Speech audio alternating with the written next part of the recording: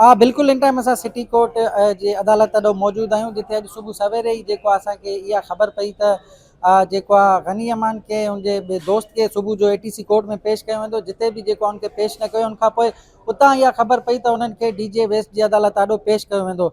इन हवाले सां उन्हनि जा वकील असां सां मौजूदु आहिनि।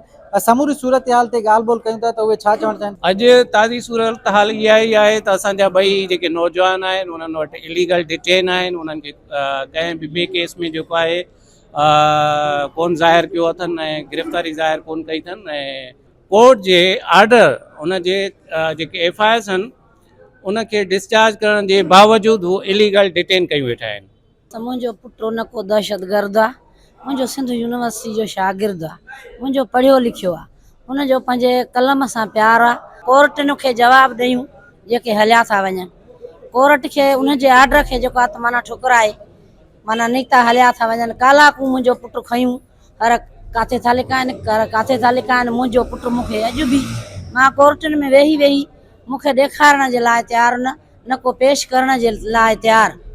माना हुननि जा कोर्टूं बि पंहिंजूं, आईन बि पंहिंजा, अदालतूं बि पंहिंजूं, हर शइ हुननि जी पंहिंजी आहे। पर ख़ुदा रा मुंहिंजो बचो जेको आहे, मुंहिंजो कोई दहशतगर्द कोन्हे, मुंहिंजो पढ़ियो लिखियो आहे। पंहिंजूं मासूमियूं नंढड़ियूं खणी अचे इलाज जे लाइ, उतां मुंहिंजो जेको आहे त खयो अथनि इस्पताल में जा। ऐं हींअर मुंहिंजे बचनि ते जेको आहे त दहशतगर्दी जा केस ऐं बम त हिन बम टोड़िया आहिनि। मुंहिंजो कोई बि दहशतगर्द कोन्हे, मुंहिंजो पढ़ियो लिखियो पुटु आहे, इंसान दोस्त आहे, लतीफ़ जो पारखू आहे, लतीफ़ पढ़ंदो आहे, बाक़ी मुंहिंजो दहशतगर्द न आहे। जीअं त गनी अमान ऐं सरमद मीराणी जिन खे खंबे गुम कयो वियो हुयो, उहे त पहिरियां त यको गुम हुया ऐं कल्ह उन्हनि जेको आहे सो ज़ाहिर कयो सिटी कोर्ट में। सिटी कोर्ट में उन्हनि पेश कयो। उनखां पोइ जेके एविडेंस हुया, गनी जूं डेंगी वायरस जूं रिपोर्ट्स हुयूं ऐं नंढड़ियूं जेके उन जूं हॉस्पिटल में एडमिट हुयूं, उन्हनि जा जेके डॉक्यूमेंट्स हुया, कागज़ात हुया, उहे सभु एविडेंस जेके वकील भाइर हुया उन्हनि पेश कया जज जे आॾो। उन तहत ते 63 CRPC तहत जेको आहे सो जज साहिबु बाइज़त भरी करे छॾियो ॿिन्हिनि खे। उनखां पोइ बि हिननि छा कयो आहे जो गनी अमान खे ऐं सरमद मीराणी खे गुम करे छॾियऊं। हाणे इहो आहे त अॼु सुबुह खां वठी असां जेको आहे सो हिन दहशतगर्दी टोड़ अदालत में आयासीं, त उते जेको आहे सो अॼु गनी खे ऐं सरमद खे जेको आहे सो पेश कंदा। पर उन जे बावजूद बि सुबुह 9 बजे खां वठी असां आयासीं, हींअर शायदि 4 थिया आहिनि, अलाए 5। त इन टाइम ताईं इंतज़ारु करे करे करे करे आख़िर असां जेको आहे सो एप्लीकेशन ॾियणु चाही जज साहिब खे त कस्टडी कॉल करायो तव्हां। त उन इहो चयो त जेको आहे सो असां खां आला सतह जा इदारा आहिनि, असां जजिस खां, अदलिया खां बि उहे आला सतह जा माण्हू आहिनि, जेको आहे सो बाबा असां कुझु नथा करे सघूं।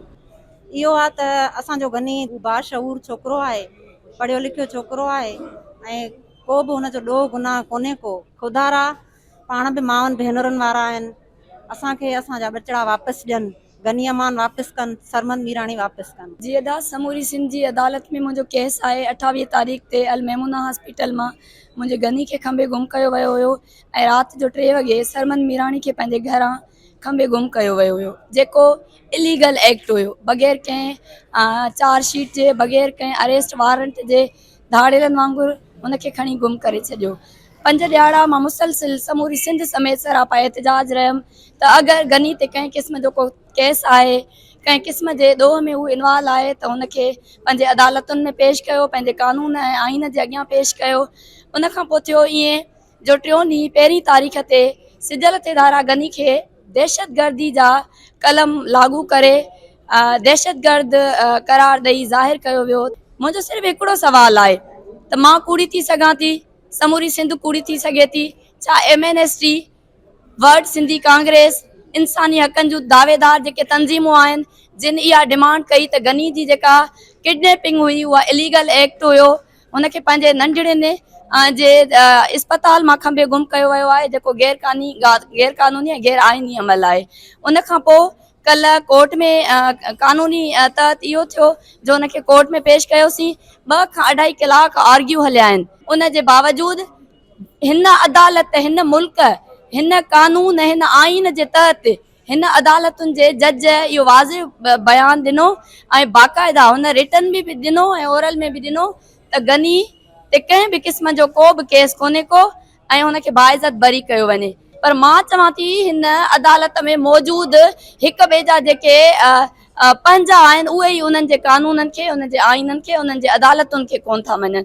सो मां वरी बि इहा डिमांड कयां थी त मुंहिंजो गनी दहशतगर्द न आहे, उनखे उन ते कंहिं बि क़िस्म जो को केस कोन्हे, अदालतुनि साबित करे छॾियो आहे, उनखे बाइज़त बरी कयो। सरमद बज़ाते ख़ुदि टाइम न्यूज़ में, सरमद बज़ाते ख़ुदि जेको आहे सो आवाज़ टेलीविजन में, KTN न्यूज़ में कमु कंदो आहे। हींअर सभिनी सहाफ़ी दोस्तनि खे ख़बर आहे त हू जेको सिंध जो वॾो वज़ीर आहे उन सां गॾु ऐं प्लस में शर्जील मेमून साहब सां गॾु, बिलावल भुट्टो साहब सां गॾु आख़िरी उन जेको प्रोग्राम कयो शिकारपुर में, जेको धारण सरेंडर कयो, उन में इहा सॼी 2 ॾींहंनि जी रिकॉर्डिंग जेका हुई उहा सरमद कई। गनी अमान त छा लथी वञो जेको आहे न माना पंहिंजो शार आहे, मां चवंदो आहे त नौजवान हिननि खे त तव्हां पज़ीरा ई ॾियो, त हिननि किथे दहशतगर्दी कई आहे, उहो त सोचे बि नथा सघनि पिया। उहो अदम तसदुद जी आख़िरी हद ते पहुतल नौजवान आहिनि, तव्हां हुननि खे खणी दहशतगर्द करे वञो। हुननि जी छा हालत लॻी पई, हुननि खे वारनि में मिटी पियल हुई, पर असां हुनजे बावजूदि चऊं था असां पीसफुल शहरी आहियूं। असांखे जेको बि दुनिया जे कानूननि में, ख़ुदि तव्हांजो भला कानून जेको मुल्क जो कानून आहे, जंहिं मुल्क में असां रहूं था उनजो कानून आइन जेको तव्हांजो असांखे अख़्तियार पंहिंजो हक़ ॾिए थो पियो, उन तहत त असां सां पेश अचो न।